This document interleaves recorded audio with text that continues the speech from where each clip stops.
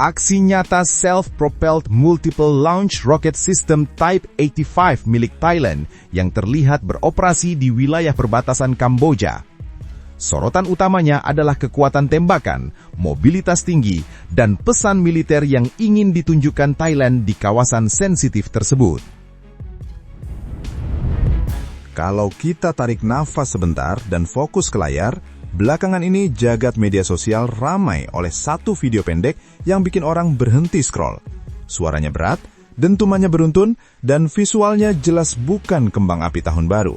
Yang terlihat adalah deru Self-Propelled Multiple Launch Rocket System milik Angkatan Darat Thailand. Dan dari sinilah diskusi mulai melebar kemana-mana. Alutsista buatan Norinco atau China North Industries Group Corporation Limited kembali naik ke permukaan. Bukan karena pameran senjata internasional ya, tapi karena video singkat yang memperlihatkan unit artileri roket tipe 85 atau dikenal juga sebagai YW-306 sedang melakukan penembakan masif. Lokasi persisnya memang tidak disebutkan, tapi melihat konteks wilayah dan intensitas latihan, banyak analis menduga ini terkait dengan uji fungsi atau latihan kesiapsiagaan di area perbatasan Thailand dengan Kamboja. Menariknya, yang bikin publik tertegun bukan sekedar roket yang meluncur berurutan, tapi fakta bahwa platform ini sebenarnya bukan pemain baru. Type 85 termasuk sistem lawas nih.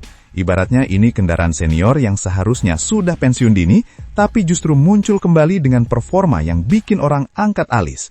Bukan karena kosmetik ya, tapi karena upgrade yang cukup serius. Perlu dipahami dulu, Type 85 ini bukan MLRS biasa yang dipasang di atas truk. Sistem ini menggunakan sasis kendaraan tempur lapis baja, tepatnya Type 85 AFW atau dalam penamaan industri militer Cina disebut YW531H. Artinya, kru di dalamnya tidak duduk di kabin truk terbuka sambil berharap serpihan artileri lewat di samping. Mereka terlindungi lapis baja dari serpihan dan tembakan senjata ringan. Dalam konteks pertempuran modern, ini perbedaan besar, karena keselamatan kru sangat menentukan seberapa lama sistem bisa bertahan di medan operasi. Di atas sasis tersebut, terpasang 30 tabung peluncur roket kaliber 122 mm. Ketika ditembakkan beruntun, roket-roket ini tidak diarahkan untuk presisi satu titik seperti rudal pintar, tapi untuk menciptakan efek area. Dalam waktu singkat, satu sektor bisa berubah dari area aman menjadi area yang kalau boleh dibilang sebaiknya tidak dilewati siapapun. Nah, bagian yang membuat Type 85 Thailand tetap relevan sampai hari ini adalah roket yang digunakannya. Thailand tidak berhenti di roket impor loh. Melalui Defense Technology Institute atau DTI, mereka mengembangkan roket DTI-2. Ini bukan sekedar ganti amunisi, tapi juga peningkatan sistem kendali tembak yang sudah dimodernisasi secara digital. Dampaknya, jarak tembak lebih jauh, akurasi meningkat, dan respons tembakan menjadi lebih cepat. Singkatnya, sistem lama diberi otak baru, dan hasilnya cukup mengesankan. Penggunaan Type 85 kali ini juga berbeda dibanding konflik besar sekitar 1 dekade lalu. Tidak ada indikasi operasi tempur terbuka, yang terlihat lebih condong ke pesan kesiapsiagaan. Penempatan dan latihan rutin di wilayah perbatasan adalah cara yang cukup halus tapi tegas untuk mengatakan, kami siap, kami waspada, dan kami tahu persis apa yang kami miliki.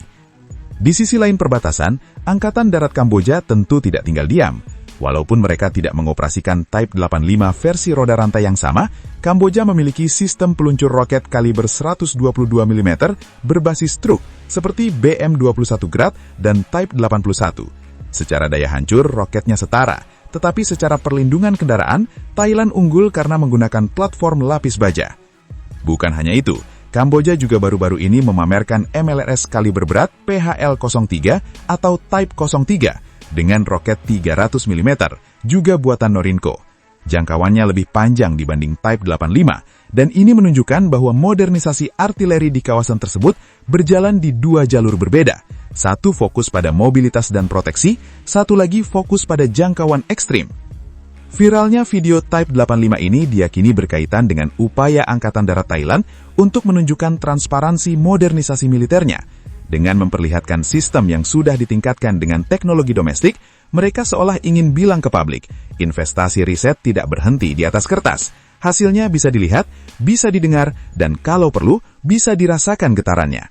Dan kalau kita perhatikan lebih dalam lagi, pesan yang disampaikan lewat latihan semacam ini sebenarnya tidak pernah ditujukan ke satu pihak saja. Di dunia pertahanan, satu video bisa punya banyak alamat. Untuk publik domestik, ini jadi bukti bahwa anggaran pertahanan tidak sekedar habis di rapat dan dokumen. Untuk kawasan sekitar, ini sinyal bahwa kemampuan lama yang diperbaharui bisa sama berbahaya dengan sistem baru yang mahal. Menariknya, fenomena ini juga menunjukkan satu pola yang cukup konsisten di Asia Tenggara. Banyak negara tidak buru-buru membuang platform lama, selama rangkanya masih kuat dan mesinnya masih mau diajak kerjasama, yang diperbaharui justru otaknya, sensor, sistem kendali tembak, integrasi digital, dan tentu saja amunisinya. Hasil akhirnya, kendaraan yang lahir puluhan tahun lalu bisa tampil dengan perilaku tempur yang jauh lebih modern. Dalam konteks Type 85 Thailand, kombinasi antara sasis lapis baja dan roket DTI-2 menciptakan sistem yang cukup seimbang. Ia tidak mengejar jangkauan ekstrim seperti roket 300 mm, tapi unggul dalam fleksibilitas, perlindungan kru, dan kecepatan respons. Di medan perbatasan yang medannya tidak selalu ramah, faktor-faktor ini justru sering lebih menentukan dibanding sekedar angka jarak tembak di brosur. Latihan yang direkam kemudian viral ini juga memperlihatkan bagaimana militer modern semakin sadar kamera. Dulu latihan cukup selesai di lapangan, sekarang satu sudut pengambilan gambar saja bisa mengubahnya menjadi pesan strategis. Dentuman roket bukan hanya terdengar oleh kru di lapangan, tapi juga oleh jutaan pasang telinga di dunia maya. Dan di titik ini, diskusi publik pun mulai bergerak.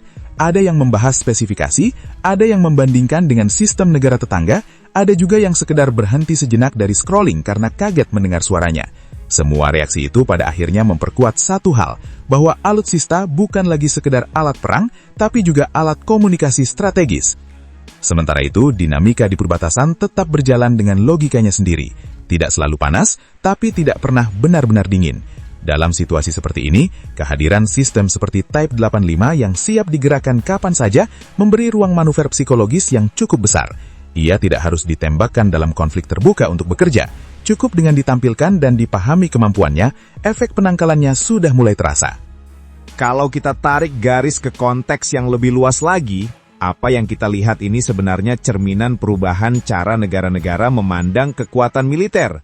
Dulu, kekuatan diukur dari siapa yang punya senjata paling baru.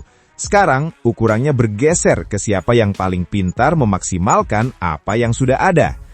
Type 85 Thailand adalah contoh nyata bahwa umur platform tidak selalu sejalan dengan tingkat ancaman yang ditimbulkan.